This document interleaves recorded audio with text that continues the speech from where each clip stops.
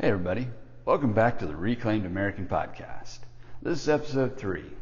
In this episode we're covering part 2 of my 3-part process to replace one light in a laundry room. In this one we're going over cutting the hole in the sheetrock, putting the replacement piece of sheetrock up into the hole, and then putting the box in the ceiling with the wire coming through. Sorry this process is taking so long, but it is what it is. Sometimes you run into these things when you're doing home repairs. But anyways, thanks for tuning in. Thanks for coming back, and enjoy. Alright, so the first thing we have to do is address the hole in the ceiling. And the way we're going to do that is by using this. It's a piece of sheetrock that I bought from Home Depot. You can get these at Home Depot, Lowe's, wherever you get your building supplies typically. It's only a 2-foot by 2-foot square of sheetrock. I've already pre-marked it to the size that I want to cut out, which in this case is going to be an 18 by 18 inch square that I'll cut out of the ceiling. And the next step, once I get this cut, I'm going to hold it up there, trace my outline, and then go ahead and get it cut. So I'll be back in a moment. One thing I just thought about as I was making my first cut on the sheetrock that I'm putting back there is, what if you don't know how to cut sheetrock? So here's how you do it. So there are 2 different knives that work well for cutting sheetrock. One, I call it a sheetrock saw. It's just typically a wooden handled blade. Sometimes it's got saw teeth on just one side, as this one does. Sometimes they're on both sides. But to use it, you just get on the line that you're going to cut and you start sawing through it. But as you can see, it creates a lot of dust. Now, the other way you can cut sheetrock is with just a regular plain Jane utility knife. In this case, you just get on your line, make a nice smooth cut without losing your sheetrock. I usually follow it up with a second pass, and then it just snaps right off. Now at this point, sometimes you're lucky and you can just get it to snap up and it'll break off. Sometimes it doesn't. So in that case,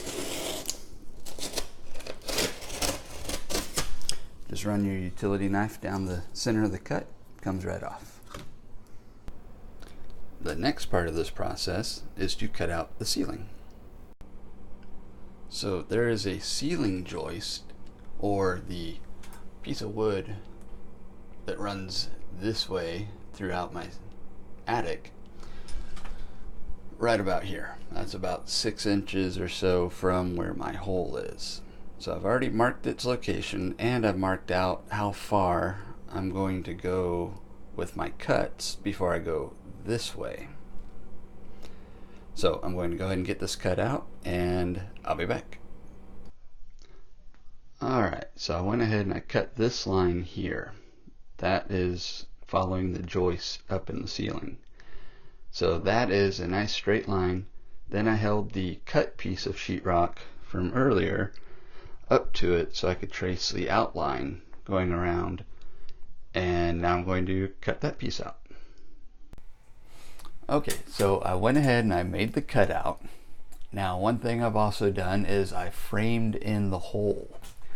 You have to frame in the hole because you have to hold the sheetrock that you're putting up in its place with something. So that's what we've got going here. I put a piece of 2x4 on the back side, and then the rest of it, if you notice, this one is upright and these are, well, might be kind of hard to see in the video, but these I put laying down flat. That way I have a wider area to screw into. You've got to do that because you have to properly support your sheetrock. Also, one thing I found out is after cutting the hole, they made my ceilings, or at least the ceiling in this laundry room, on 24-inch centers, What that means is there's a floor joist here, there's another one, or ceiling joist. There's one here and there's one here. That's kind of a large area, so what happens is your sheetrock will start to dip over time, and that's exactly what happened here. And so I had to put multiple screws to bring that back up flat. Now, to do the framing, what you need is a piece of 2x4.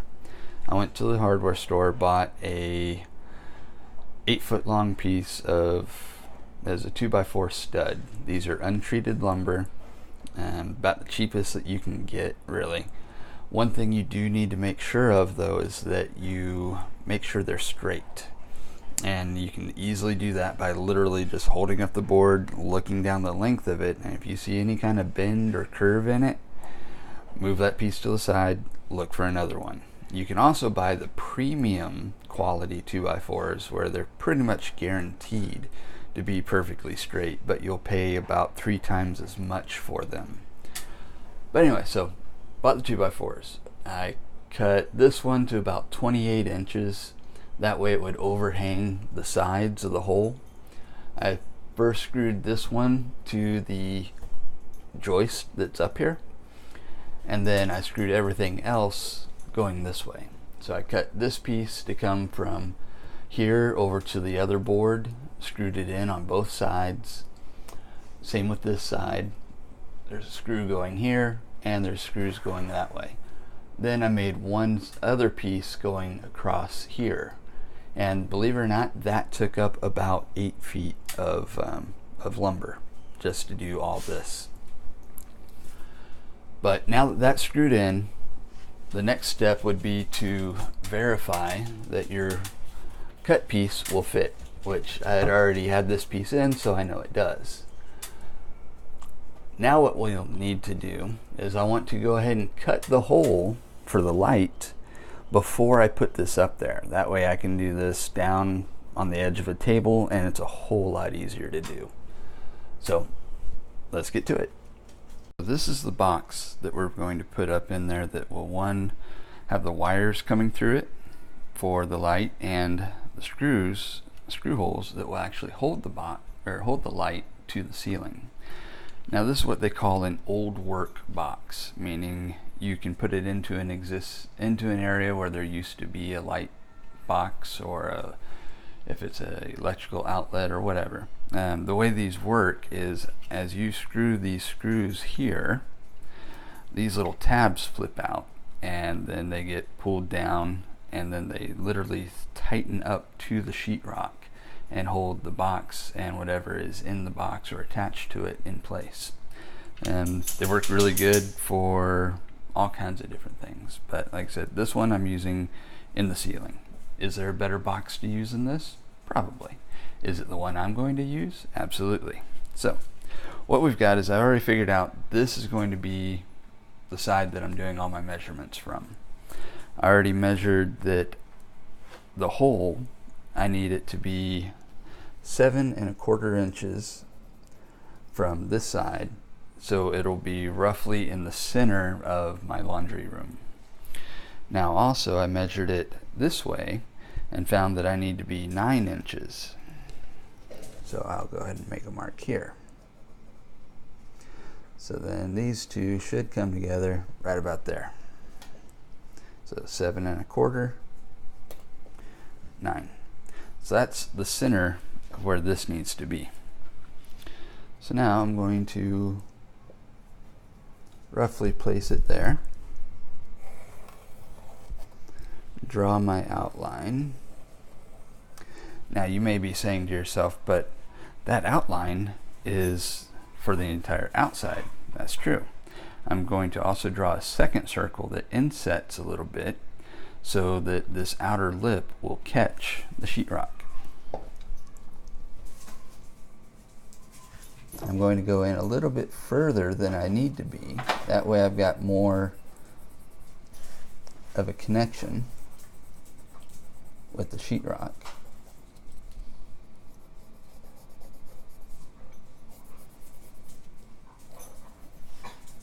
Does not have to be a completely pretty line, just needs to be roughly there.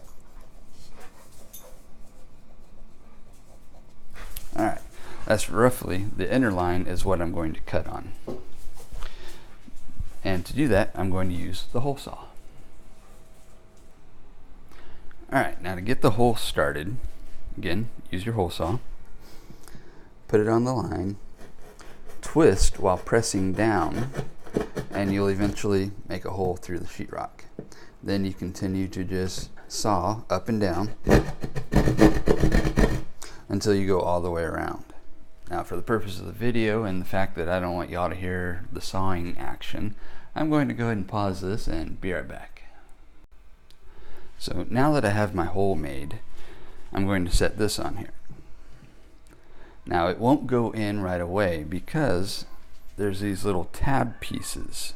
So what I'm going to have to do is put this down on the sheetrock, sketch around where those little catch points are, cut those out, and then it should fit in quite nicely.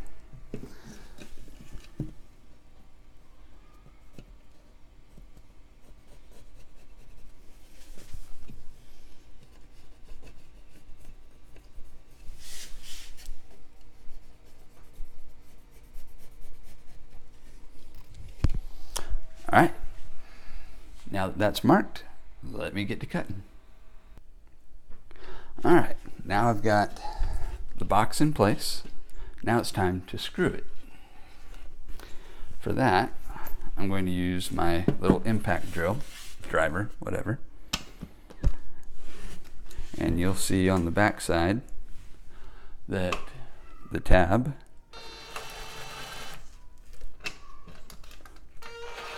flips out and then tightens down.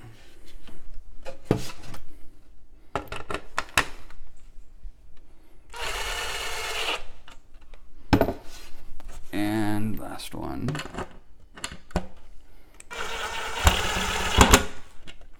And that's it. You don't want to go too terribly tight because one, you'll either break the little tabs or you'll mess up your sheetrock. But that is in place and ready to go in the ceiling. Alright, so now we're ready to put the wire back through the box. And you just simply feed it through. Push the sheetrock back up to your hole and get it back into place. And now we'll screw it in.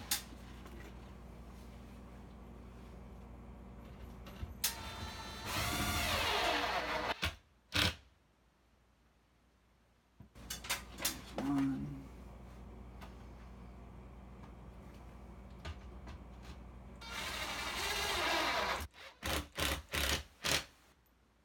And that holds it in place for a moment. Now I'm going to go ahead and put the rest of the screws in and be back in a minute. Alright, so the next thing we have to do is cover up our joints and put the mud and texture on the piece we just replaced. Now to tape the joints, I'm going to use this product. It's from a company called Fiba Tape, or that's the name of the product, is Fiba Tape. And essentially it's a fiberglass mesh with a sticky adhesive on one side. It's not overly sticky, so as you can see I can do that no problem. But when you put it up there, it sticks and stays in place. So anyways, so to put this stuff on, typically all I do is stretch it out.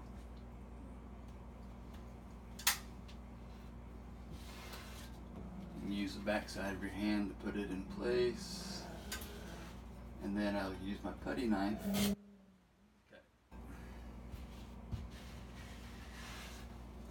Smooth it out, and then move on to the next section.